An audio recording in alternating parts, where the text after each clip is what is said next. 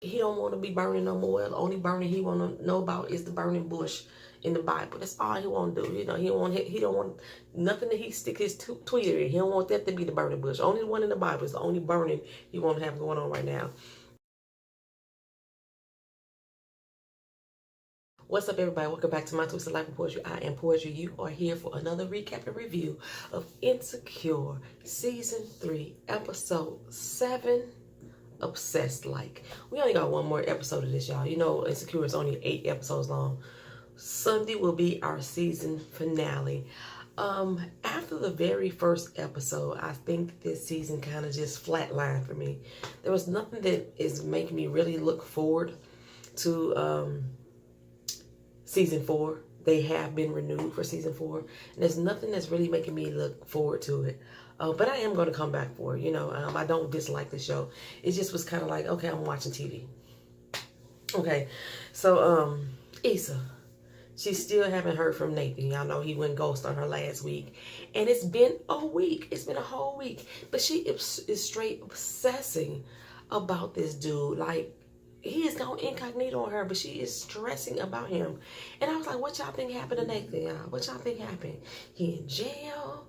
He got a wife or a boyfriend? You know, what's up with Nathan?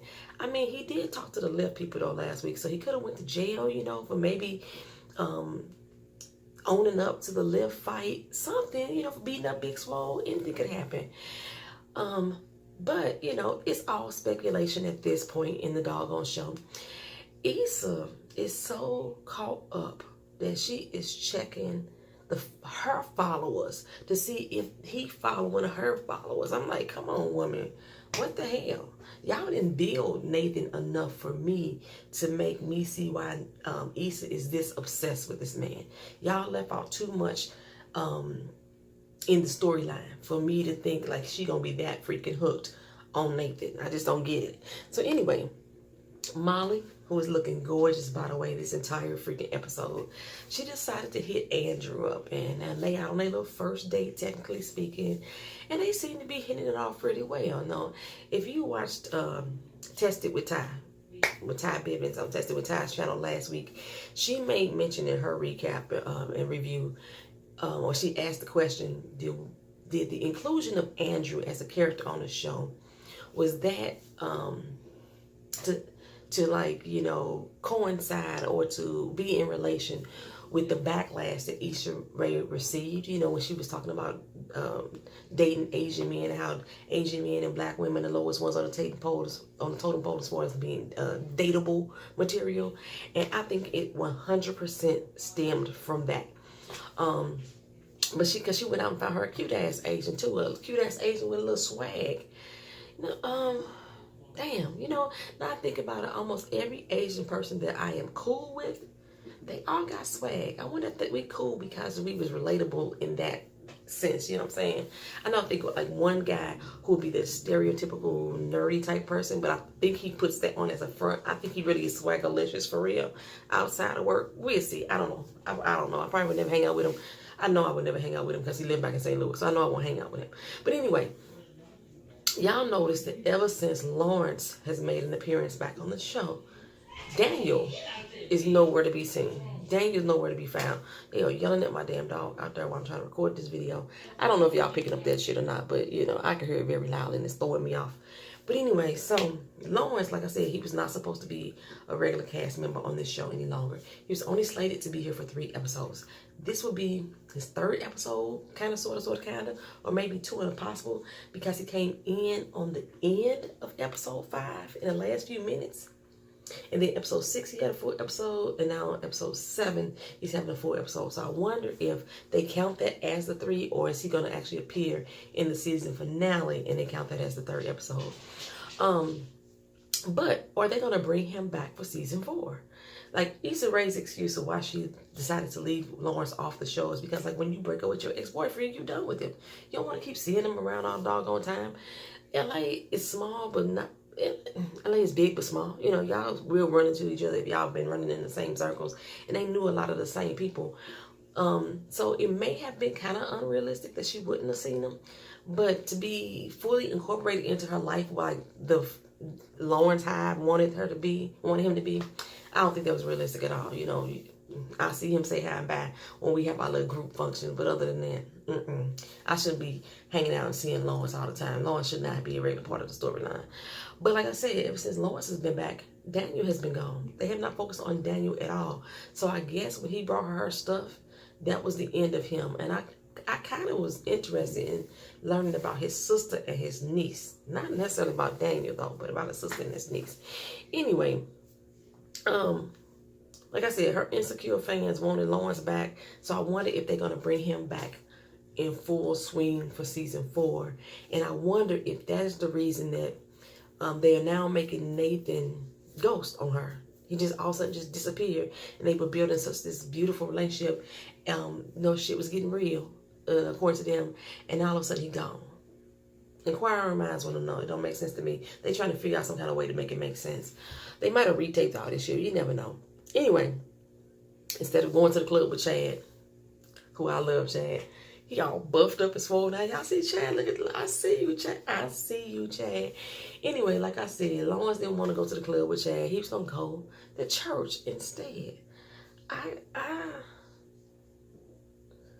was confused. Let me tell you why I was confused. Lawrence said he wanted to go to the club, go shake it, do his damn thing. And not Lawrence, Chad said he wanted to go to the club, shake it and do his damn thing. And Lawrence said, no, I got other plans. I'm going to church. Church and club don't happen at the same time.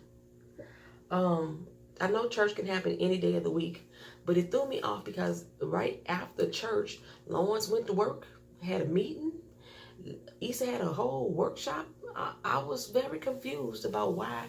What church service did you go to, bro? What church service did you go to? Okay, so anyway, like I said, he want to go to church, you know, get the spirit of the Lord on him. He don't want to be burning no more. The only burning he want to know about is the burning bush in the Bible. That's all he want to do. You know, he don't want nothing that he stick his tweeter in. He don't want that to be the burning bush. Only one in the Bible is the only burning he want to have going on right now. On the other side of town, Issa is still stressing over Nathan. What she say? You know, he bought her one little taco and she busting it wide open up in the Ferris wheel. Yep, girl, you did that with your nasty ass. You did. But she's still sitting in her car thinking of all the things that she did wrong. All the things she did wrong to make him disappear. How about he disappeared because he's an asshole? How about that? I mean, we don't know exactly what's going on with him, but how about that? Let's place the blame on him first. Say, you was looking at yourself saying, oh my God, what did I do wrong? It's the way my clothes hang off my body. It's the way I speak. You know, what the fuck is going on? No. Don't put that blame on you, girl. But Issa's self-esteem is like, damn near non-existent, you know, for me. I don't see her self-esteem there. But yeah, how about he disappeared because he wanted to? Nothing that got to do with you, just him. End of story. Anywho, though, she is still stressing, regardless of what I'm saying. And she got this whole stalker account. Evidently, they all share it because Kelly had to give it a new password to lurk on somebody else's page. And I'm like, this sounds like some teenage shit. Maybe some early 20s at the oldest. But some 30-year-olds setting up fake Instagram accounts so y'all could start stalk and lurk on other people's pages. This some crazy ass shit to me. I'm like, my 30-something people, if y'all out there, is this what's going on in y'all generation? Or do y'all know somebody that's doing this in y'all generation? I just like this. Y'all done got too ridiculous with this social media type of stuff right here. Just, roll up on the motherfucker house. That's what you do. You roll up. Roll up to his house. Roll up to his job. That's how us 40-year-olds would do it. Roll the fuck up, right? But she tried to send him a little DM and included an eggplant on it. Y'all all know what the eggplant means. She had to quickly unsend that mug. I didn't know you could unsend stuff on Instagram. It's a new feature I'm going to have to try to use. Actually, I don't send that many DMs. Only when people contact me. Whatever. So never mind. Anyway, the account said her doggone name. It says Issa D Post.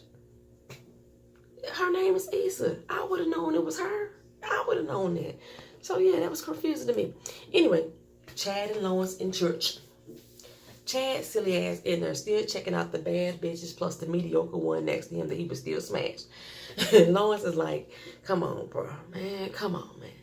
Pass her, old raggedy bitch. Y'all know that movie. If y'all know what movie That line comes from that guy who was playing the pastor. He was in that movie and he looked up and he threw up. He looked up and said, "Oh, raggedy bitch." Yeah, y'all let me know what movie y'all that came from. Put it down in the comment section. He was horrible. He was horrible at delivering that message. I think even the hip pastors today would give a better sermon. They had more life than what he was giving. Like the little girl that Lawrence met at the church, her name was Denise or whatever. She's saying he was trying to make it relatable to the youth.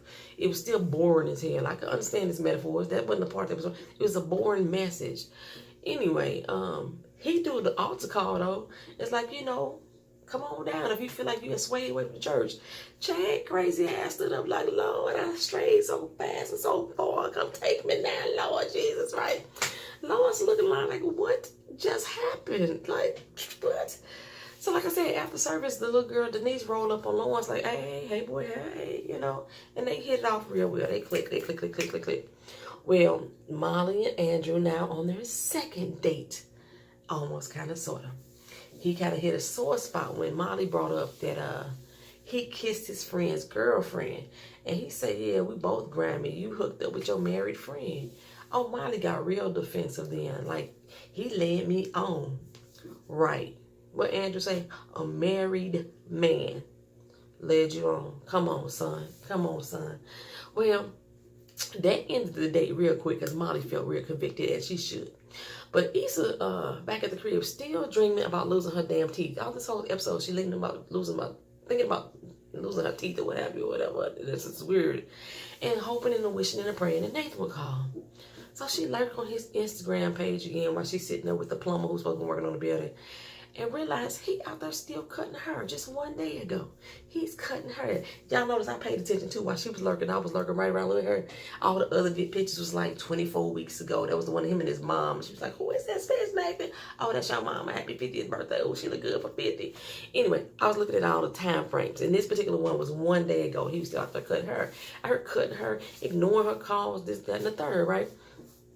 So, Issa, like I said, I would have gone by his place or his job, if it's this serious for her. Go on by there. See if his ass, once you see him, you probably get that real closure that you need. Once you see his face, get that whatever you're going to get out.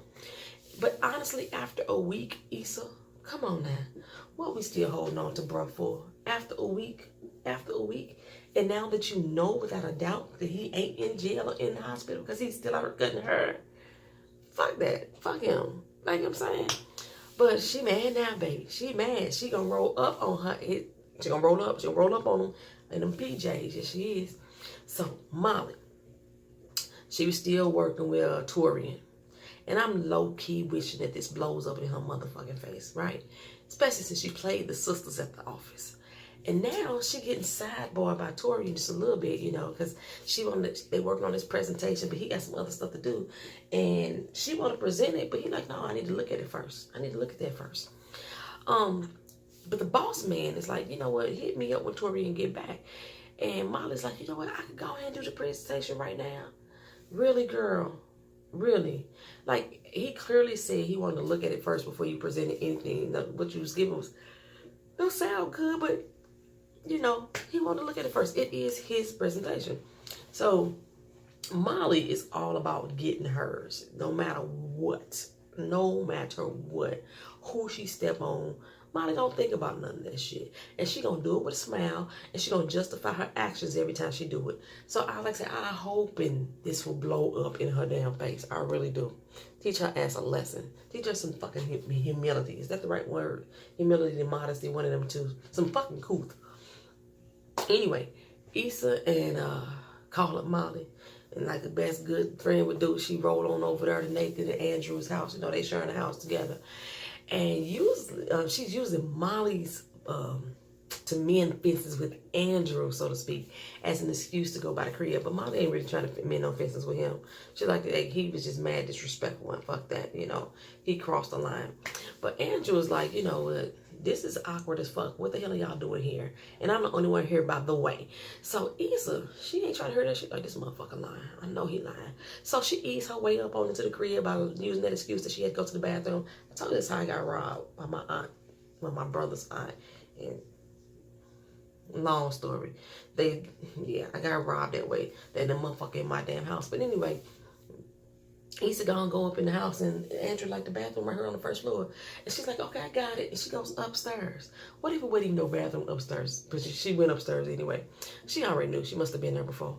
But Andrew's looking like, huh? What the fuck is happening here? So him and Molly downstairs hashing it out, for lack of a better term. And they talk about how she really felt like he was in the wrong. I'm like, girl, bye. Yeah, bye. Fuck that. I'm like, Andrew, look, I met Coachella Molly, and then I met this Molly, and they all fucked up. Are they all this fucked up? You know what I'm saying? Yeah, they are. They all fucked up. And her little friend Issa too, who all up in Nathan's room, going through his drawers and shit, trying to unlock passwords on his computer. If it wasn't for Molly ass coming in there to intervene, looking for her, like, girl, you are tripping. You are tripping. Molly's like, girl, fuck him. When they get back in the car, but Issa think that something is wrong with her. Like, being too honest with him is what's scaring him off. And the best quote of the show, Molly said, if he gets scared off because you were too real, then why do you want him, girl? Like, come on now. Ask yourself the questions. She said, because he made me feel like I'm not a fucked up person. You ain't fucked up. But she really is. But that's what the friend's supposed to say. You're not fucked up. But I'm like, damn, Issa, how long was this relationship going on? Y'all really sped up this relationship between you and Nathan, because we as viewers didn't get to see it. We needed to see more of it for us to understand why you so hooked on Nathan. Because I personally, me, poetry on my Twisted Life of Poetry channel, I didn't see none of that. Why you so hooked on Nathan? And Molly like, was it the dick? Was the dick that good? She's like, yeah, it was good. But was it that good? Like, for real? Anyway, I'm feeling like this must be the after effects of using random ass drugs for people you don't know. That's what that's about. Well, anyway, after a while, she finally unfollowed him on Instagram, deleted his number from his phone. She finally getting her head together to go do her block party. Heads to an entrepreneur class. And I was like, she must be trying to make this a career move. Like, kind of sort of like being a promoter, so to speak. But it don't take all that to run a block party. Not no real block. I mean, not even promoting either for real, but maybe there's a side to it that I don't know about, you know. I guess there gotta be, understand contracts and shit like that. I don't know. But I don't know why I expected Lawrence to be the one giving the workshop. He wasn't. Some funny looking white dude. Well, anyway, Molly, she came walking through that office looking good. That outfit was the bomb. That white, did y'all see the way it flowed as she walked into that cold shoulder from Dorian? Well, Lawrence, he didn't leave the workshop, but he is the one who gave Issa the information about going to the workshop. Like I said, he said he went to church earlier that day, and now he at work, and Issa in the workshop, and Molly at work. What day of the week did y'all go to this Sunday service? I thought it was supposed to be Sunday service. They just picked a random day in the middle of the week to say I'm going to church. I mean, I know churches that have church 7 days a week, but still, that was just different. Anyway, him and Issa decided to go sip tea and coffee together, catch up on old things, and I'm like, Issa don't need to be doing this. She too fragile of a person. She, like I said, her self-esteem is low, and she get hooked on any man that smiled at her too long. This last episode, she was saying how she thinks she really over him. Girl, you're not. You're not, girl. You're not at all. Come on now. Whatever. Anyway, y'all let me know. Y'all let me know how y'all felt about this episode. I know it's late coming up. It's storming here in Orlando. There's a big ass storm blowing through with lightning strikes all over the place. We good though. It's just a thunderstorm, but it's 50-mile-per-hour winds coming through with this thunderstorm. It's building up somewhere over the lake or some shit like that. So yeah, get this recap out there to you. And thank y'all for coming back. We'll be back for Sunday for the finale. I gotta go to St. Louis this weekend because Keenan's grandfather passed, but we will be back by Sunday, so I'll be able to get the finale watched on Sunday. Thank y'all for coming back. Like, comment, share, and subscribe to the channel if you're not already done so. I appreciate you. Peace.